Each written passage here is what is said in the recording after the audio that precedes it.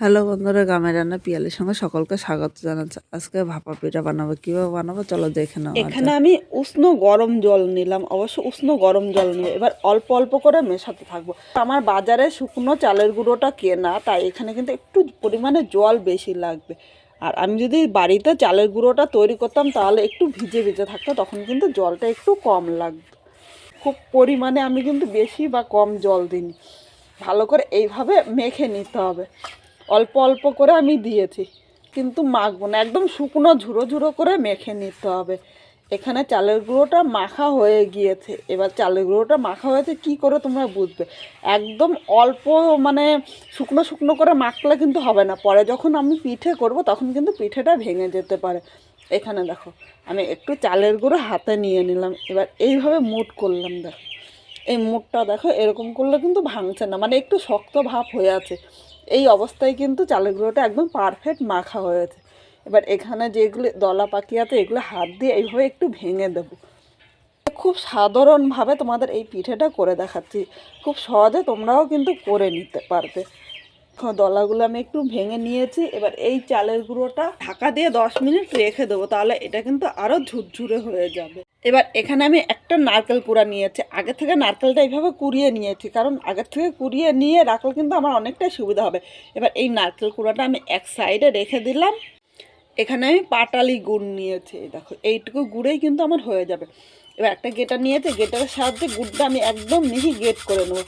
তোমরা এরকম করে একবারও করতে পারো, বা যখন পিঠে করবে পিঠের উপরে এইভাবে কিন্তু দিয়ে দিতে পারো, কিন্তু আমি এইভাবে করব না। এইভাবে করলে কিন্তু গুড়টা দেখো একদম জল জল ভাব চলে আসছে, তাই পিঠের উপরে আমি একবারে গেট করে দেবো, তাহলে কিন্তু আমার বেশি সুবিধা হবে। তোমাদের যেইভাবে সুবিধা হয় এইভাবে গেট করে নিতে পারো, বা পিঠের উপরেও দিতে পারো। তাই আমি খেজুরের গুড়টা এইভাবেই রেখে দেবো, পিঠের উপর আমি ডাইরেক্ট দেবো। 10 মিনিট পর চলে এসেছি, এদিকে দেখো গুঁড়িটা এইভাবে 10 মিনিট রাখাতে কিন্তু অনেকটা ঝুরঝুরে হয়ে গিয়েছে। এবার এই জায়গায় এরকম একটা আমি পাত্র নিয়ে নিলাম, এর উপরে একটা আটা চালনি নিয়ে নিলাম।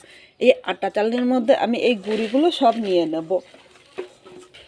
এখন হাত দিয়ে এইভাবে গুঁড়িটা চেলে নিতে হবে। এই পিঠেটা করতে গেলে কিন্তু অবশ্যই তোমাদের গুঁড়িটা চালতে হবে, কারণ গুঁড়ি না চাললে কিন্তু হবে না।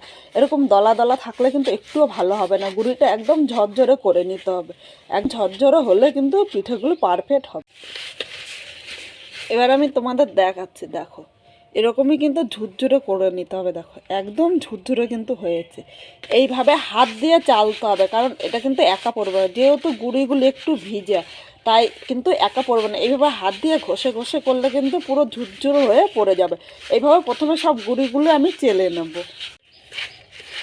বন্ধুরা এখানে দেখো সব গুঁড়ি কিন্তু নেওয়া হয়ে গিয়েছে। এবার তোমাদের আমি গুঁড়িটা দেখাচ্ছি। দেখো এরকম কিন্তু একদম ঝুরঝুরে তৈরি করে নিতে হবে। এবার চাপা ঢাকা দিয়ে হিটে ভালো করে গরম করে নিতে হবে। এবার এখানে একটা পাত্রের মধ্যে আমি জল নিয়ে নিলাম। এখানে দেখো একটা সুতির আমি কাপড় নিয়েছি, এরকম পাতলা একটা সুতির কাপড় নিয়ে নেবে। এবার এই কাপড়টা আমি জলে ভালো করে ভিজিয়ে নেব। এইভাবে ভিজিয়ে একদম এর থেকে জলটা নিগড়িয়ে বের করে নিতে হবে। এই কাপড়ের মধ্যে জল থাকলে কিন্তু হবে না, একদম গাটা শুকনো শুকনো করে নিতে হবে। দেখো এইভাবে করেছি। আর এই কাজটা করতে গেলে অবশ্যই কিন্তু একটা সুতির পরিষ্কার কাপড় নিয়ে নেবে। দেখো এইভাবে আমি কাপড়টা রেডি করে নিয়েছি। এবার এই জলটা এক সাইডে রেখে দিলাম। এখন আমি এরকম একটা বাটি নিয়েছি, এবার বাটিটা আমি রেডি করে নেব। এই বাটির মধ্যে প্রথমে আমি সামান্য একটু সাদা তেল নিয়ে নিলাম।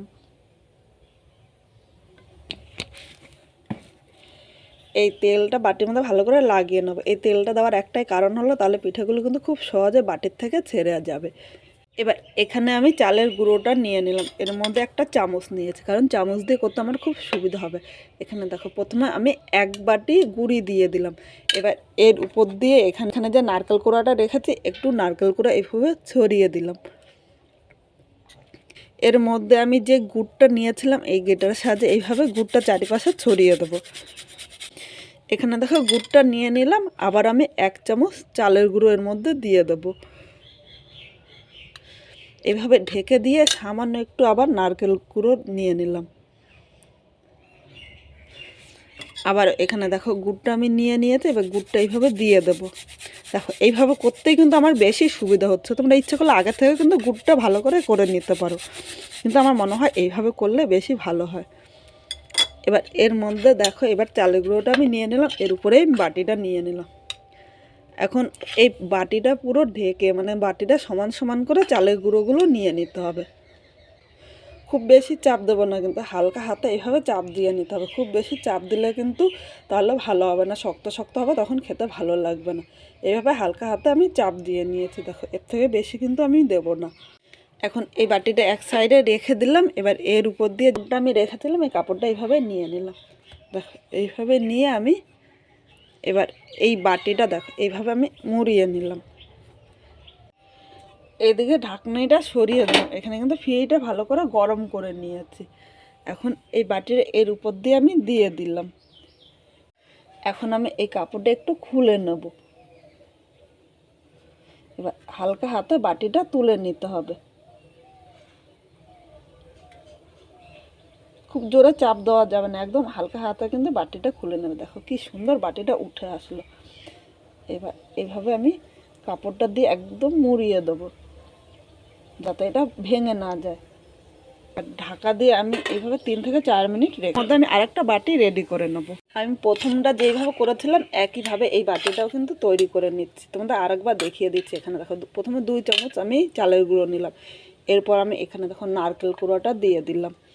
এবার এই বাটিটা সরিয়ে এখানে যে আমি গুড়টা রেখেছি এই গুড়টা আমি এইভাবে গেটারের সাহায্যে দিয়ে দেবো।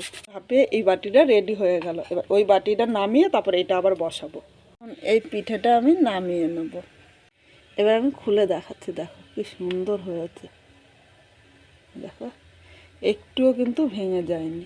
একইভাবে এখানে যে বাটিটা তৈরি করেছিলাম এই দেখো এই কাপড়টা দিয়ে এভাবে জড়িয়ে নিলাম। এবার এর মধ্যে আমি বাটিটা দিয়ে দিলাম। এখন দেখো কাপড়টা একটু ছাড়িয়ে নিয়ে নিলাম, এভাবে আমি পেঁচিয়ে দিলাম। আবারও ঢাকা দিয়ে আমি 4 মিনিট রেখে দেবো। একইভাবে এইটাও হয়ে গিয়েছে। এবার দেখো আমি খুলে নিলাম, আর দেখো কি সুন্দর উঠে যাচ্ছে, দেখো কি সুন্দর হয়েছে। দুটো পিঠেই কিন্তু দারুণ হয়েছে। এবার একটা তোমাদের ভেঙে আমি মাঝখান থেকে দেখাচ্ছি। দেখো ভেতরটা কি সুন্দর পুর হয়েছে। অবশ্য তোমরা বাড়িতে একবার বানাও, খুব সহজে কিন্তু তোমরা বানিয়ে নিতে পারবে, আর খেতে কিন্তু দুর্দান্ত হয়।